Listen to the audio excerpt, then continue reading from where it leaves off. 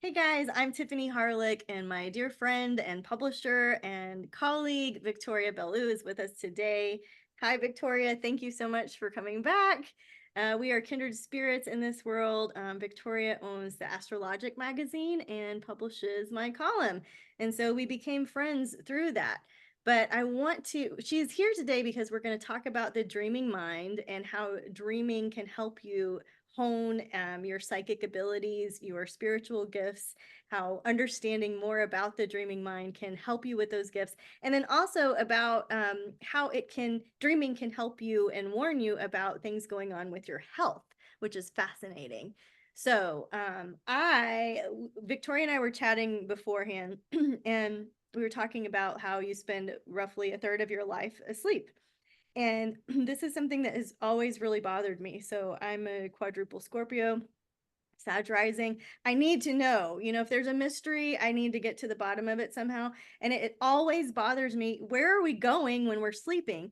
So I love when Victoria is with us. We have previously recorded another full class that has so much good content in it. I want to make sure that you watch that when you have time. This is more of a part two to that.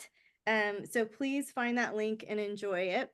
And then I wanted to read Victoria's bio. So if you want to go to victoriabelue.com, her last name is Belue.com. And she's the author of the urban fantasy series, The Tarot Legacies. She's been interpreting tarot cards and dreams for over 30 years. So that cycle of Saturn. And it's before embarking on her writing journey, she was an award-winning writer and producer for network television while moonlighting as a tarot card reader. Switching channels to writing urban fantasy novels about the tarot was a natural progression for her.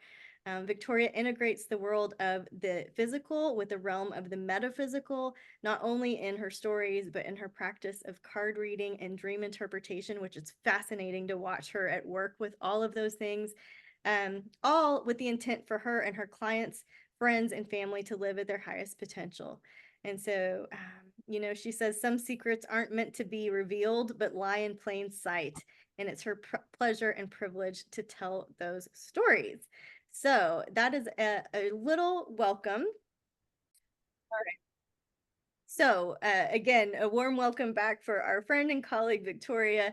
In talking about dreaming and knowing that we were going to have this little micro workshop today, I took a course on sleep because it fascinates me. Where do we go when we're sleeping? And I do recommend it. It's with Dr. Michael Bruce. He's Breus. And it's all science-based. He quotes from the NIH, for example, 70 million Americans have sleep problems. That's roughly 1 out of 10 Americans. He says you can go 4 days without water, 25 days without food, but only 6, maybe 7 days without sleep. It is critical to restoring, rejuvenating our physical health, our mental health.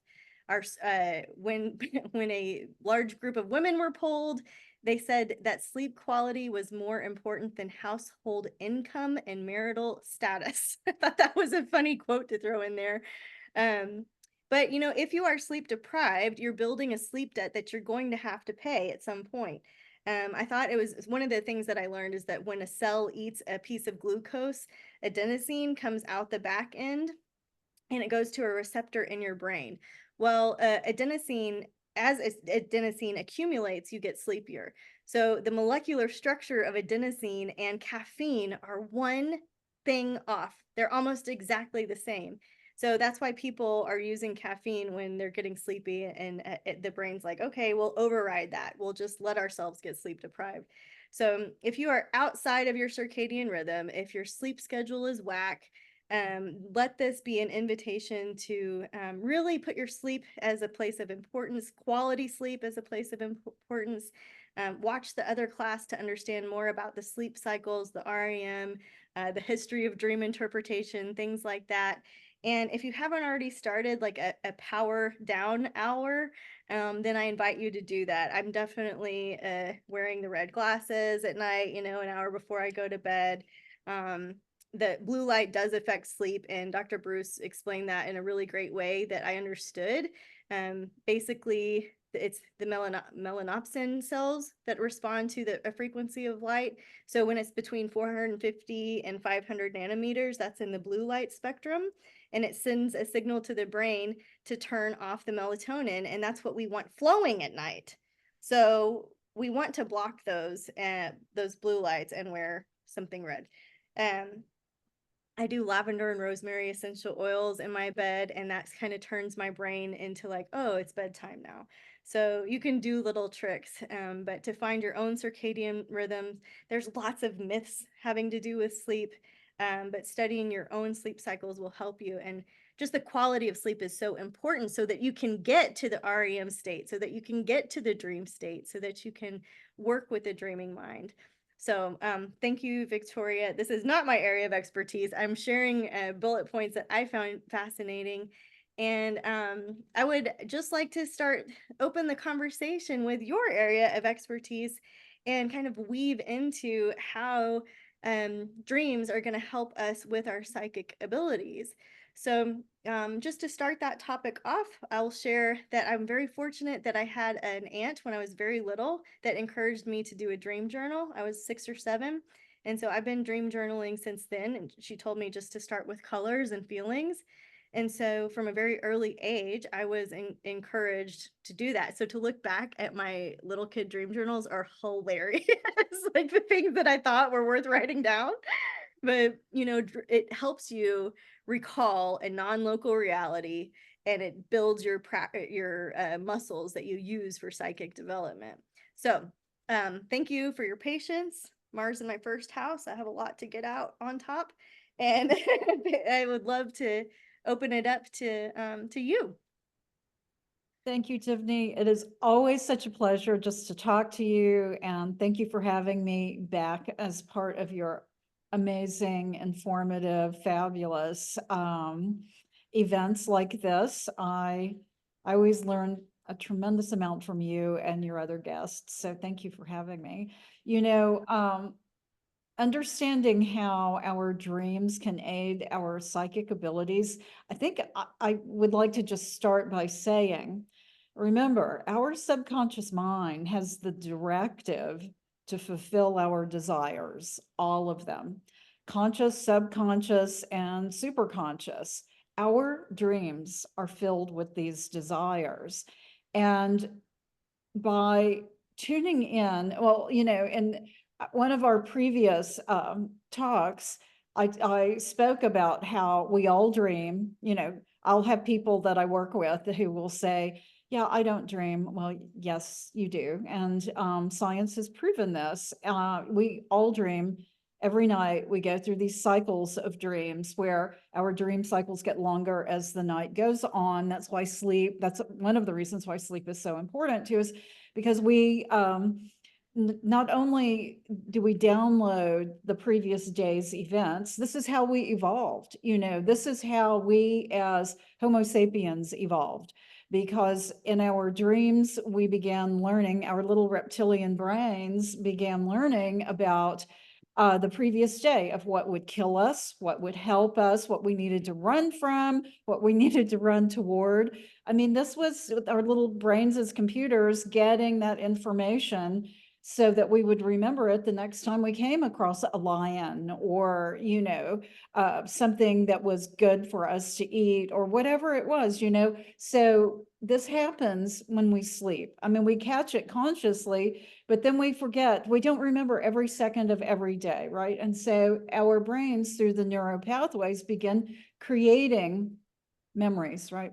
And so in addition to that, we are emotional creatures, and so much of our dreams are wrapped up in our emotions. Again, not only consciously, but subconsciously. And so all of our dreams are filled with our desires. Some of them we know that we would like to travel to France. That's one of my conscious desires always. But then I have all of these other subconscious desires that honestly, it was because of having these vivid dreams when I was in my 20s that I began thinking there's something to this. I know there's a reason why I'm having these dreams, especially recurring dreams, which I'll get into, but our psychic abilities get enhanced each and every time we gain insight from our subconscious mind. And why is that? Because we begin to learn to trust our intuition. We begin to trust this self-awareness, which increases dramatically when we begin interpreting our dreams, when we begin understanding the message that is coming from our subconscious mind. Then we begin to have that little light that goes on, right? That says, oh, so I'm dealing with a big emotion here in this dream, or I'm dealing with a huge fear right here. Or yes, this is one of those desires, right? Recurring dreams, of course, are all about us. It's our subconscious screaming at us to pay attention to something we need to address in our conscious life, right? And recognizing these patterns, the repeated locations. If you always dream you're in your house from childhood frequently, it doesn't even have to be the same dream. If you're in your house from childhood repeatedly, that means something. If you keep dreaming about the same people, even people you've never met, that means something, as well as these other symbols. And so our psychic ability gets enhanced dramatically when we tune in to understanding what these symbols mean from our subconscious dreaming mind. Mm. To trust your intuition at that point. But synchronicity happens.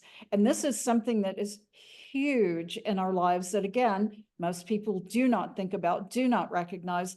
But if you are dreaming of, let's say, fire trucks a lot, right? And you start recognizing in your waking life a fire truck over here, and it has a number that's maybe, corresponds to your birthday or your home address or something, that's synchronicity happening right there. This is, a gift from the universe that is saying, pay attention to where you are right here, right now. There's something that you need to tune into. Now, this is your opportunity to put your psychic ability to work and understand what that message is. It's the elegant way the universe works. And when we tune in with all of these wonderful tips that, that come through Tiffany's videos and all of this that we tune into through astrology, through dreams, through tarot, through you name it, and we find our way there, then we begin opening the door even wider to our own natural gifts. Mhm. Perfect. Yes, I absolutely. And I just echo everything that you're saying. I was looking through some of our show notes, and part of the thing that, you're talking about, it's not just the subconscious mind and the messages. Part of the thing that you're talking about is like having that awareness to pause and decode and discern. That part of the brain is what we need for intuition. It's fascinating, so you can go by and think that you don't dream, and you can go through life and not have a dream journal. You're going to be just fine. But if you want to explore your dreams or set the intention and start dreaming, you're going to be building a muscle that recognizes synchronicities, that recognizes the elegant universe, as you put that. I was like, "Ooh, make a note about that." That's the perfect way to say that. So I wonder, can you tell us a little bit about you have this note about premonitions and precognitive dreams. Do you want to explore that Sure. for a little bit? Absolutely, because there are different types of dreams. I would Mhm, say, it's probably 90% of our dreams are symbolic and from our previous day. Again, the desires that we have, right? mhm, Uh, but then there are the 10%, which take into account um, precognition, mhm, which is, if we think about it, time is not a timeline, really. I mean, it's the way that we in our human minds have come to understand it so that we can comprehend something that is pretty much incoherent otherwise, right? Mhm. And yet precognition is just when our minds are released really from our physical reality, from the body that we're in at night, we can go forward in time, we can go backward in time. And that's what recognition means, right? Precognition is looking forward, and we can see things that are going to happen. I mean, this has been documented countless times of Yeah. people, you know, and it's this big energy that usually people pick up on. Unfortunate things, like horrible things like plane crashes, right? Where they see, you know, the tail number of the airplane or something, Mhm. and they're catching this, or, you know, the just devastating events on September 11th, right? So many people were picking up on that Mhm. because it was just, it involved energy that was just of such an enormous scale. And so that is also when we begin decoding our dreams, Mhm. things like precognition will come to you easier, or you will trust these elements that you're getting in your dreams to really step forward and say, yeah, put it in your dream journal, tell somebody, you know, this is what I dreamt, this is what you know, this is what I'm getting here. And precognition is a very real thing.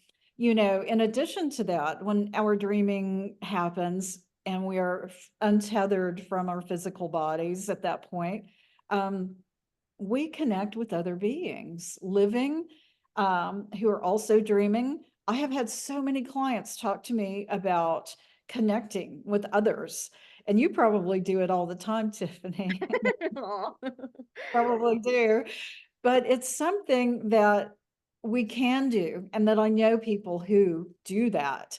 Mhm. And not only with other dreaming minds, but uh, loved ones who have passed, or even others who have passed, who, when we are vibrating at that frequency, because that's what it is actually happening, when the vibration is that high and we're in our super conscious minds, that is what is taking place. And so then we get contact with those who have passed, with other dreaming minds, with other energies that maybe have never had a physical form. And I know that may sound a little scary for some of us, Mhm. but it's really not. If you do the things like surround yourself, you know, protect yourself, and do the things so that it's within your boundaries.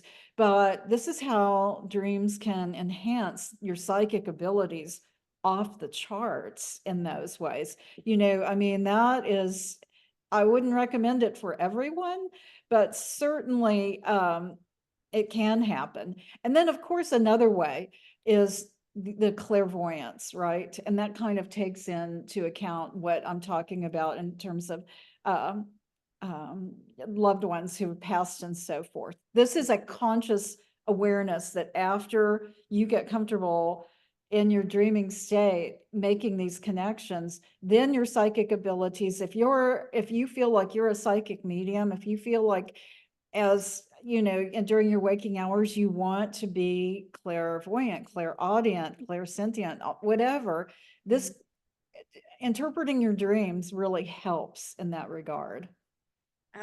Absolutely. And if you can remember all of those senses in your dreams, it smelled like, it sounded like, it felt like, it tasted like, whatever the experience is, to bring it into full color by recalling it and then writing it down, that's what strengthens that muscle. You said something and then I was like, your kitty. You've Victoria has kitties in the background. I have dogs in the background. We're pet people. We know you are too. But yeah, we were, where was I going to ask you about the clairsentient? I was just going to make a, I don't know, not really a joke, but you can't, okay, so 10% of the time we have this type of a dream, other percent this type of a dream. I'm just going to say, for those of you practicing your spiritual gifts, just set your intention to practice whatever you want to practice. We can read auras, the different layers of the aura, by setting our intention to read the physical layer, the etheric layer, the etheric layer, the spiritual soul layer. And the same thing with our dreams. You can set your intention and say, I want to have deep, restful sleep with no contact whatsoever and no memory of my dreams. You can do that. You can have, it is my intention to go to sleep tonight and to practice a safe and loving connection with a loved one who is on the other side. And I want to wake up refreshed and with ease and grace and full recall. You can just simply set your intention to the thing that you're wanting to practice. Um, to get a visit from a loved one in a dream is rare. And you just know there's no other experience that feels so real. They were really, really, really there. And when you have that, because you will, there's nothing you won't question it at all. So it feels safe. It feels good. You can set the intention to not have visits from people you don't know. So just be smart and set your intention clearly, and then you can go practice all of these things. Something that we're not going to get into today that we did talk about last time is that Victoria and now I, because of her teaching, do not agree with lucid dreaming practices. So I will not be in favor of or support anybody that is wanting to do that, because we feel like it has very negative effects. It changes the patterns. And so I just want to be really clear that that's not our practice. That's not what we're doing. And then I want to, let's see, also shift us. Let's see, what was next on our little list here? I was going Oh, to your dream. mention visualization. Okay. That's another thing that enhances our psychic abilities, is to visualize, Mhm. if we're working with a client, to visualize what messages we're getting. If it's clairaudient, then to bring that in, and sometimes to visualize what is transpiring, the messages we're getting. And that's what dreaming and understanding your dreams will help you do. And by taking your psychic circle classes, which are marvelous, by the way, I learned, you taught me about forced connection, Mm. which is so much a part of the whole visualization and works within that, what I'll call a sequence, right, of understanding. And so interpreting your dreams and getting comfortable with the images that you're seeing in your dreams and knowing what those symbols are Mhm. allows you to catch other things in your waking life. Also, interpreting your dreams, decoding your dreams helps you with memory. This is a real tangible thing, not only for your psychic abilities, but just overall for your brain health. Recalling a dream when you first wake up really, those neural pathways are just firing like crazy. And this just really is good brain health for you as well. And it's those waking hours, right, that are so sensitive, because you just either you want to go back to sleep or you want to get up and get something going. But it's often that just like those in between moments, right? They're so fleeting. And that's when the ancient Egyptians practiced their magic. That's when a lot of people get up and use those wee hours of the morning to meditate, visualize, use the Silva method, work with, their version of spirit. And for me, I often get knocking sounds in the morning, which I can't do because the household will explode. But if you can imagine the sound of knocking, I'll hear that in the morning, and it feels sometimes like spirits waking me up. Sometimes people will wake up with the smell of coffee and there's nobody there, or a cigar, or a floral smell. You could have been having a visitation from a loved one. All of these things are building. They're so small, and you could easily ignore them. You could like wake up, smell coffee, nobody's there, move on about your day. Or you could be totally fascinated by it and give it a little cheerleading moment and be like, wow, you smelled some coffee that didn't exist, brain. Like, wow, what a fascinating thing you did. And just, lift that part of yourself up a little bit. Um, should we shift over to the health topic, or was there another piece you wanted to address here? No, I think that covers it as far, I mean, I could talk about it for a lot longer, but I think that is covering the broad topic. And Yeah. yeah, but it is, I can't, it's so dismissed to interpreting your dreams, but oh my gosh, it's so important.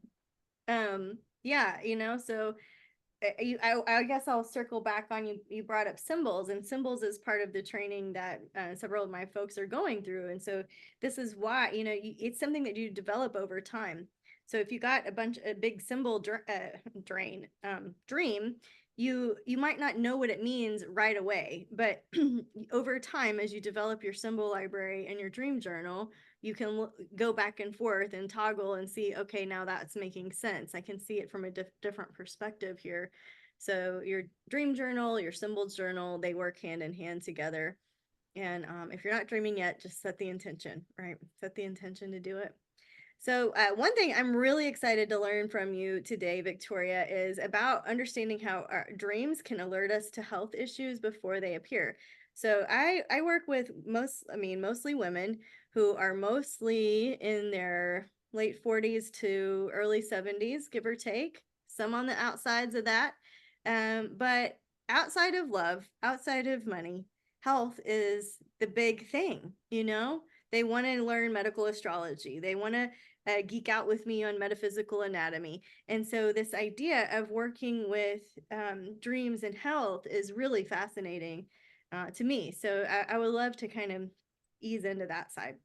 Absolutely. This is so important for all of us. A health dream first will usually occur about 3 months before physical symptoms manifest. Wow. And yeah, and this is because what is being symbolically reported in the dream is occurring on the innermost levels of our consciousness. Mhm. And and if we think about it, recognizing that our emotions can physically affect us. When we're really upset, our heart starts beating faster, or, we're, maybe sweating. I mean, what that we emotionally, we can create physical things in our bodies.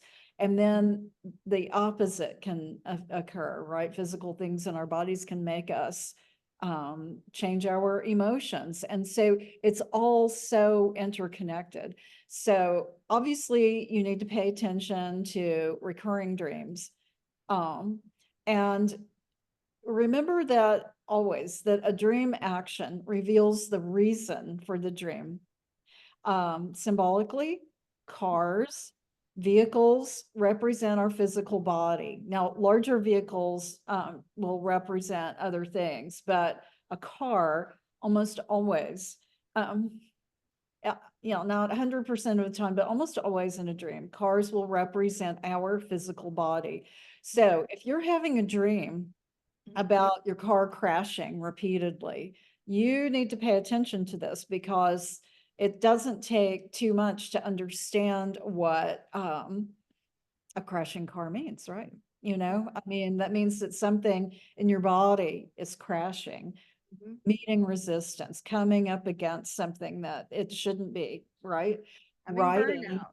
yeah, riding in the back seat of a car or not being able to steer it properly.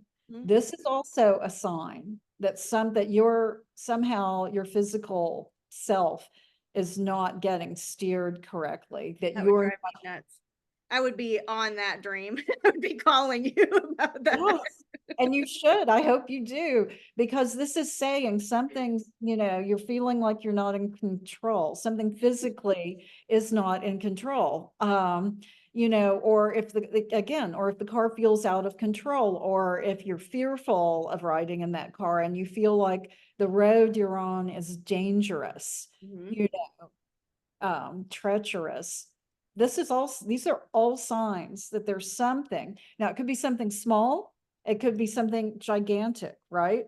So you need to pay attention to that, because this is a clear symbol. There are other signs too, but again, a skeptic might say, well, yeah, but that doesn't have to mean that. Well, not 100% of the time, but quite frequently it does. There's a case study that Mhm. is very much based in science, of this man who was in Minnesota, and he would have dreams at night where he would physically crash around his room, Mhm.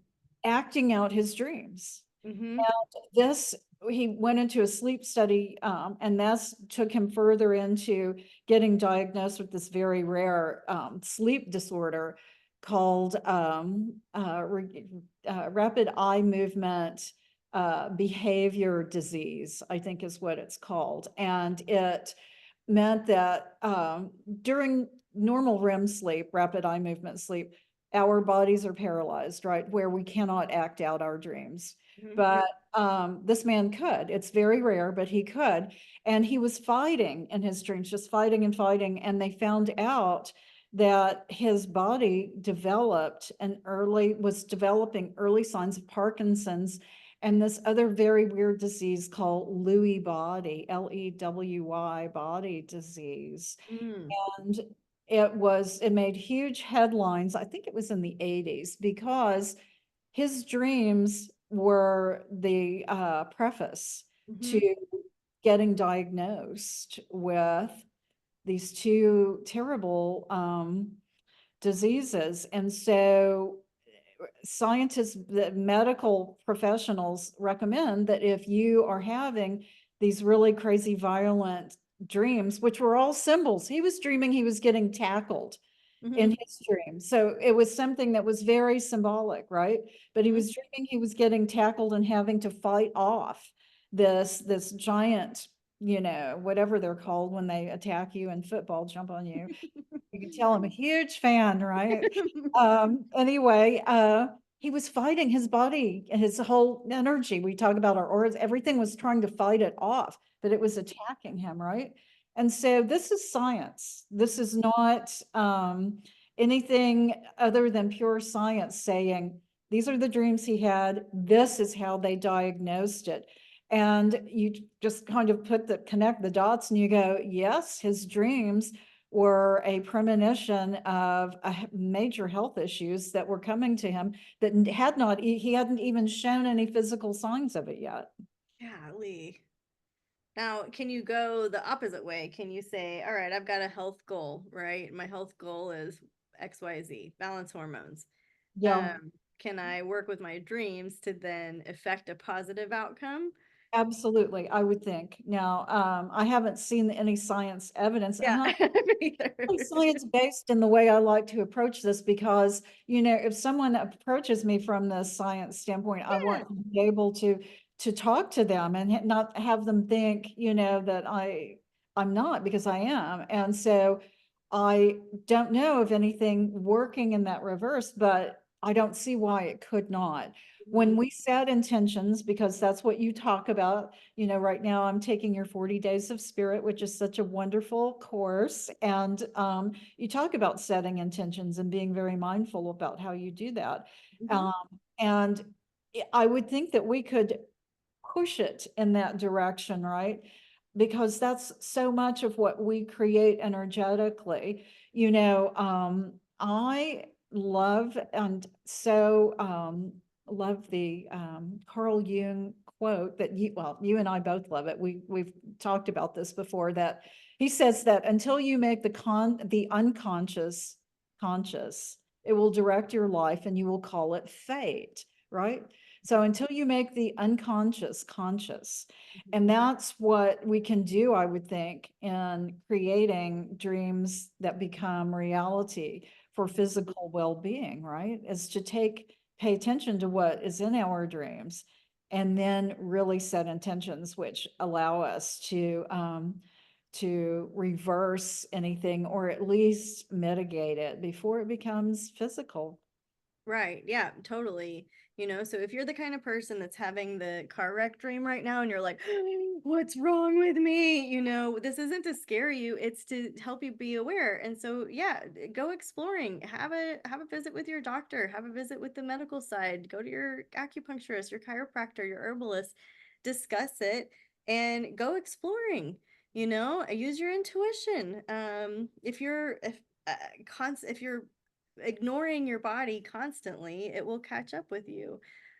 So it could just be some time to have some TLC with yourself. Dreams are so fascinating.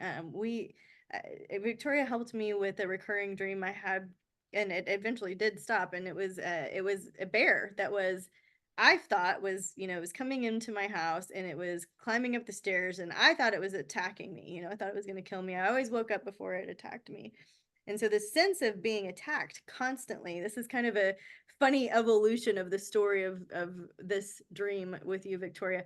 So after recurring dreams of being attacked, I eventually it was suggested that I ask the bear what it wanted or what I needed or whatever.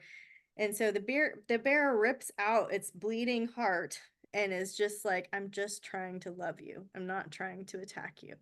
And so I had this shift, from an emotional experience of like avoidant attachment relationship versus, okay, somebody's just trying to love me. So now carry that forward. Some of you guys know my health journey because I write about it. It's on my blog. But I had my gallbladder removed a couple years ago, and then I had a lot of spasms because some of the stones weren't completely removed. And you guys also know I love the book Metaphysical Anatomy by Yvette Rose. And her whole thing about gallbladders is that it's associated with the emotional feeling of being attacked. And so the whole time, my bear dream was holistic. It was helping heal a relationship wound, and it was giving me a warning of something being attacked in my body, which at the time was my gallbladder. And had I read every page of that book, I would have maybe figured it out sooner. But the point is, I'm just going to say, yeah, a car, but almost any dream it's holistic, in hindsight.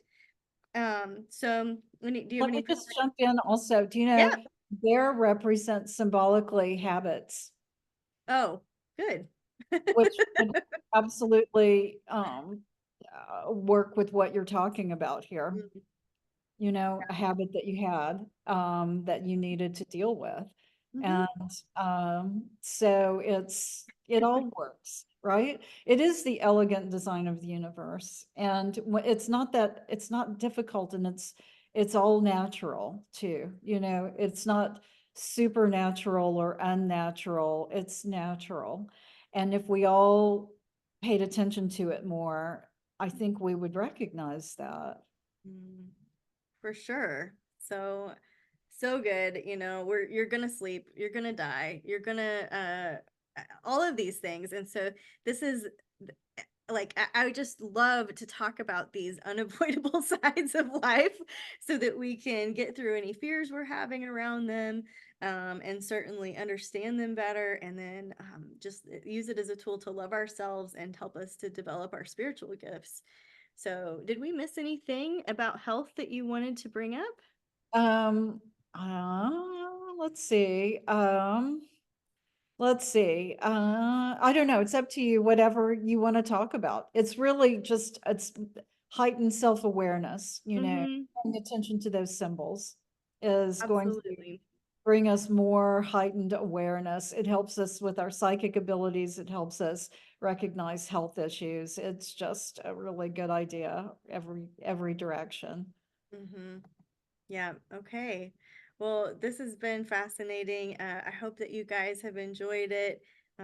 Victoria is our resident dream doctor, and Tarot Stress said, I want you to go read her books and check out what she offers at victoriabelue.com, and just get to know, she's such a cool lady. The Astrologic magazine is a really great resource. Um, and I think I'll just close it with the quote that you have on your website, which is from Albert Einstein. And it says, everything is energy, and that's all there is to it. Match the frequency of the reality that you want, and you can't help but get that reality, right? You put salt on it, it's going to taste salty. It can be no other way. The quote says, this is not philosophy, this is physics. Einstein. And so that's what dreaming is. That's what the whole point of the conversation has been. It's natural, it's physics, it's science, it's holistic. It's part of who you are. So embrace it, learn about it, learn about yourself, and start to understand your gifts at a deeper level. And don't use this against you, use it for you, for your own self awareness. So we're here if you have questions, and we're so glad that you joined us today. And thank you, Victoria. You. Good to see you. You too.